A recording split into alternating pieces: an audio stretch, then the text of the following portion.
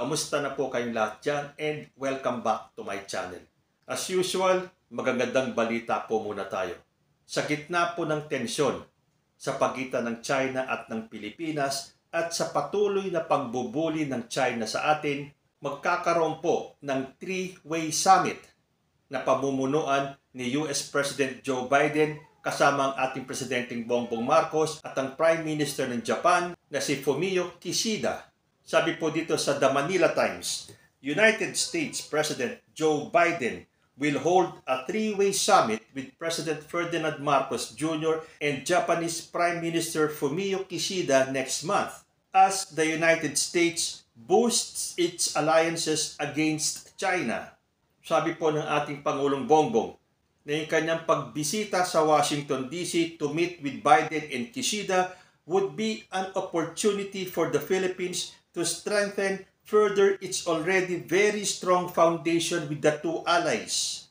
So dyan po sa meeting na yan, lalo po nilang pagtitibayin ang relasyon ng USA, Japan at ng Pilipinas. Sa gitna po ito ng ginagawang pambubuli sa atin ng China. So doon sa mga nagpapakalat ng balitang dinadala daw ni President Bongbong ang Pilipinas sa gyera sa China, wag po kayong maniniwala. Ang takot lang ng China gawin yan. What with the USA and Japan and other countries backing us up. Meanwhile, US Secretary of State Antony Blinken assured President Ferdinand Marcos Jr. that the alliance between Washington and Manila was more than rock solid and that it was President Joe Biden's absolute priority. Kaya nga po nang gagalaitin itong mga anti-Marcos na ito yung mga nagpapakalat ng mga pro-China vloggers ng mga maling balita para takutin tayong mga mamamayan. Bakit? Ano bang gusto ng mga pro-China na to? Na tayo ay makiisa sa China at susunod na lang tayo sa lahat ng gusto nila? Kahit takunin na nila ang buong West Philippine Sea, ay titiklop na lang tayo? Kung nagawa yan ni dating President Rodrigo Duterte, ang magbow na lang sa China, ibahin niyo po si President Marcos. Dahil yung pangako ni President Bongbong na hindi niya hahayaang kunin ng kahit na isang square inch ng ating pag-aari ng ibang bansa ay tinutupad niya po. Hindi po siya yuko lang ng yuko sa kagustuhan ng China. Kaya ito mga anti-Marcos, ayaw nakakarinig ng mga gandang balita. Allergic sila sa mga PBBM good news. Tuloy-tuloy at sunod-sunod ang magagandang balitang dumarating sa atin. So doon sa mga nagpapakalat na gigirahin tayo ng China, malayo pong mangyari yun. Isa pa pong magandang balita, Google Philippines sees amazing growth in the Philippine economy under PBBM administration. Hindi ba dapat matuwa tayo sa mga gantong klaseng balita? Ina-acknowledge ng iba-ibang bansa, ng iba-ibang grupo, ang kahusayan ni President Bongbong Marcos, ang pag-angat ng ating ekonomiya. So doon sa mga ipinagpipilitan pa rin na walang nangyayaring pag-angat sa ating ekonomiya, look around you. Hindi man po ganun biglaan, pero unti-unti pong tumataas at gumaganda ang ekonomiya natin. Sabi nga po ng World Economic Forum, PBBM puts Philippines on world stage as growth destination for investments. Sabi po yan ng presidente ng World Economic Forum. President Ferdinand R. Marcos Jr.'s participation to the World Economic Forum in Switzerland in January last year created a lot of interest and optimism in the Philippines, with numerous companies wanting to know more about its investment prospects. There is a lot of optimism in the Philippines, but also around the Philippines globally. We had a dialogue there and it was very, very well received, and a lot of companies that are partners with the World Economic Forum said that they would like to have a round table to meet with the Filipino secretaries and also to meet with President Marcos. Nangyari po ba yan nung panahon nung naunang presidente bago si President Bongbong Marcos? I doubt. Kaya nga nang gagaliit ito mga anti-Marcos at hindi nila matanggap ang balitang ito.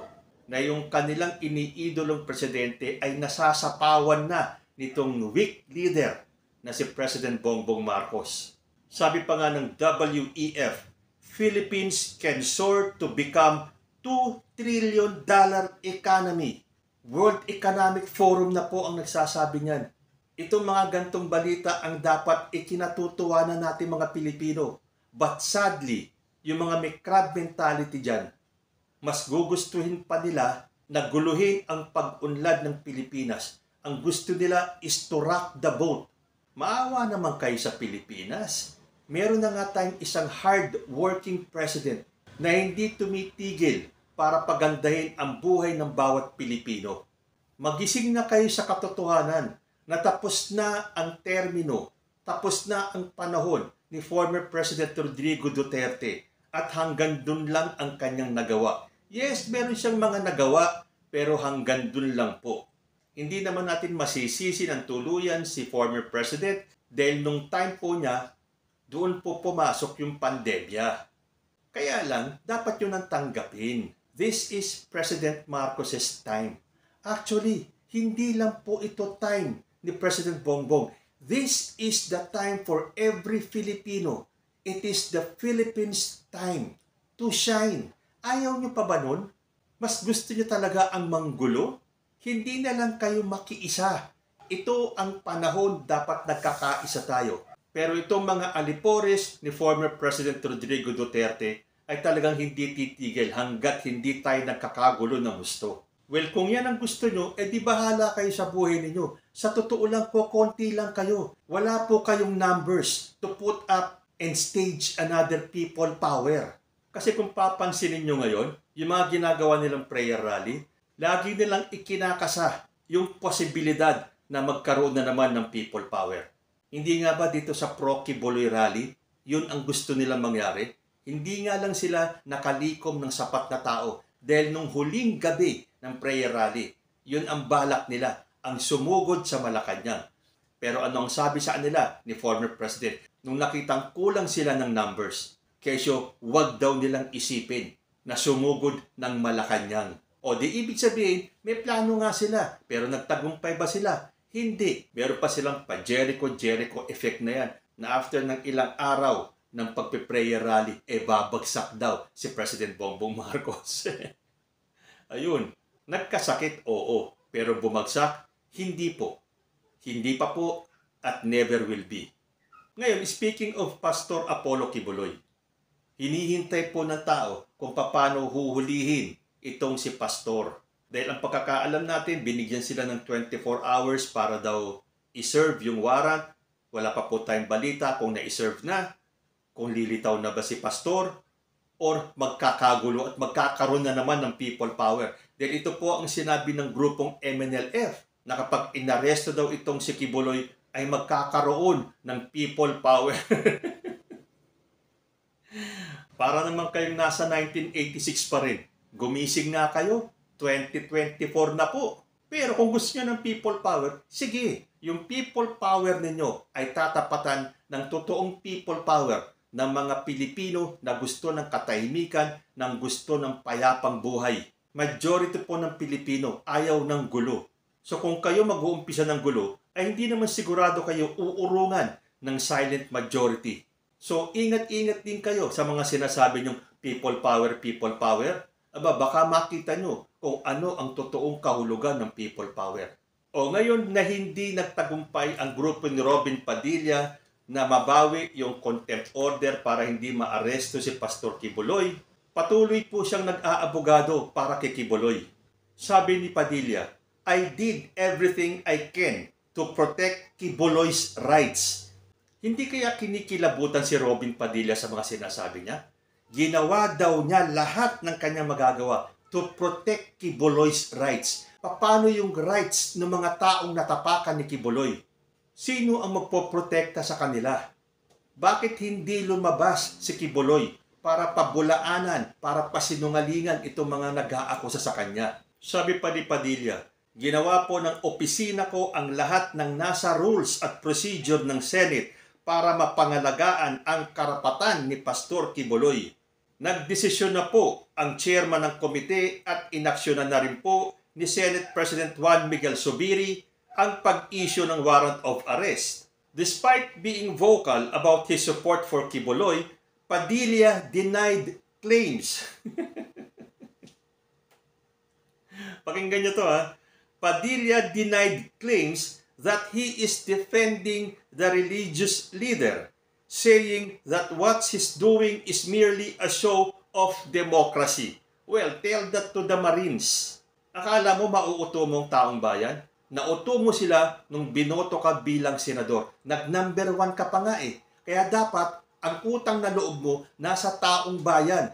O doon umpisa pa lang naman eh. Narinig na po natin na sinabi ni Padilla na ang kanyang utang na loob ay na kay former President Rodrigo Duterte. And of course, porque BFF si Duterte at si Quiboloy, nakikibuloy din ang kanyang loyalty. Wala po sa taong bayan. So, alam na this. Alam na po natin. Once na tumakbo muli itong si Robin Padilla, mag-isip-isip na po tayo. Sabi pa niya, I will make it clear. Defending him is different. That is his lawyer's job. What I am doing is democracy. We have to go through it. For me, this person has the right to due process. He has to go through what everyone goes through. He has to go through it too. Sabi pa niya sa mga reporters. Yun naman pala, alam naman pala ni Robin Padilla yan eh, na dapat daanan ng lahat ang due process. Eh bakit hinaharangan ninyo na madakip itong si Quiboloy? At ano yung ginagawa mo? For democracy? Hindi mo pinagtatanggol? Trabaho yan ng lawyer? Ay, nakakatawa talaga tong si Robin Padilla. Oh. Meron pa pong isa. Ito namang si Senator De La Rosa. Sabi po dito sa balita, De La Rosa offers to protect Quiboloy at Senate probe. I will be his security. If he wants, I will be his security. Even if I'm just a one-man security team, I will intercept any threats to his life. I won't allow anyone who poses a threat to his safety to get through. Para namang minamaliit ni Senator De La Rosa yung mga itatalagang security ni Pastor Quiboloy. Trabaho po ba ng isang senador yan na maging security ng isang tao? Bakit pati itong pagiging security ni Pastor Quiboloy ay gustong panghimasukan ni De La Rosa? Huwag kayo masyado magpahalata. Huwag niyo pong kakalimutan. Kayo po ay inihalal ng taong bayan. Meron pong gagawa ng gusto niyo mangyari. Kung si Robin Padilla, hindi daw niya pinagtatanggol si Quiboloy dahil ang mga lawyers daw nito ang dapat gumawa nun, eh di bayaan mo itong mga lawyers ni Quiboloy ang magtanggol sa kanya. Eh anong ginagawa mo? Tapos sasabihin mo, you are not defending Quiboloy? Sos! Saka ito naman si Senator De La Rosa. Senador ka po, hindi ka po security. Bayaan nyo po sa mga security ang magsigurado ng safety ni Quiboloy. Meron ba namang gustong bumaril kay Quiboloy sa Senado? Meron bang makakapasok sa loob ng Senado na magdadala ng baril para barilin si Quiboloy? Pagbihira naman kayo, ginagawa nyo namang engot ang mga Pilipino. Hindi po yan ang mga trabaho ninyo. Gawin nyo po ang trabaho nyo bilang senador. Dapat wala kayong bias. Pantay-pantay dapat ang tingin ninyo. At ang aking pong panghuli, nabalitaan nyo na po siguro yung sinabi ng isang Chinese official na nagkaroon ng secret deal or ng gentleman's agreement between former President Duterte and China. Kaya naman pala ganun na lang tayo binubuli ng China eh. Meron naman palang kasunduan si Duterte saka ang China. Ano po ba ang naging kasunduan nila? Ayon po dun sa Chinese official, ang kanilang understanding daw, the Philippines would not bring in large-scale building materials to Ayungin Shoal. And in return, China was supposedly to allow the Philippines to send one vessel to conduct rotation and resupply missions to Filipino soldiers stationed at the BRP Sierra Madre. Nabuko lang po ito nang yung Chinese official sinabi na hindi pinapansin ni President Marcos yung pinadalang proposals ng China. The Marcos administration reportedly refused to acknowledge and implement the existing agreement and started to take a series of unilateral actions. di nagkabukingan na. Akala kasi ni former President, tutulad sa kanya si President Bongbong Marcos at susunod na lang sa kagustuhan ng China. Diyan kayo nagkamali. At ano ang huling mga balitang biglang sumingaw? Na tumanggap sila ng mga incheck na mga Chinese nationals para sumama sa Philippine Coast Guard. Ito po ay nung panahon ni Rodrigo Duterte. So kung iwa 1+1 mo yan, kayo na ang mag-isip.